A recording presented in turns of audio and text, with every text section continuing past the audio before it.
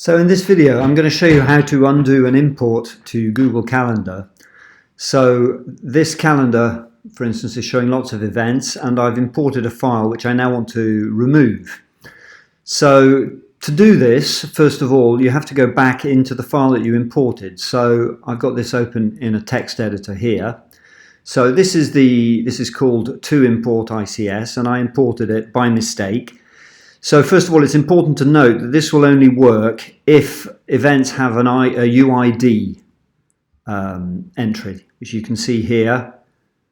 So what you need to do is, for every event in this file, this isn't a very large file, but the same applies to larger files, what you need to do is find the status confirmed here, and we need to replace that with status cancelled. So what I'm going to do is I'm going to find, first of all I'm going to copy that, then I'm going to find status confirmed, and I'm going to replace that with status cancelled, and I'm going to replace all. Now I'm doing this in BBEdit, but you can do this in any good text editor. So we're now going to replace all of that. So that tells me 89 occurrences of that have been replaced. So I'm going to save that file. So that's still to import on my desktop. This is the same file.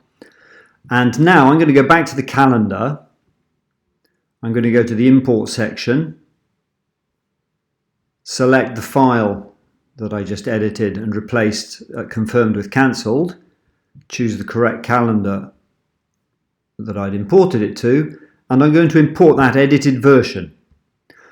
So that should now tell me that 89 events have been imported. If it works correctly, you might have to wait a second. There we go.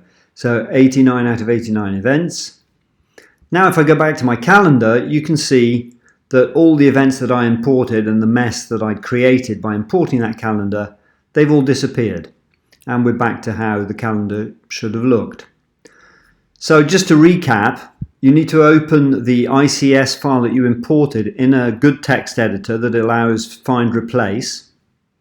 You need to ensure that each event has a UID, which is an identifier for each event. If it doesn't have that, then this technique will not work, and you'll need third-party software such as BulkEdit or my very own GCalToolkit, which you can find at the links below.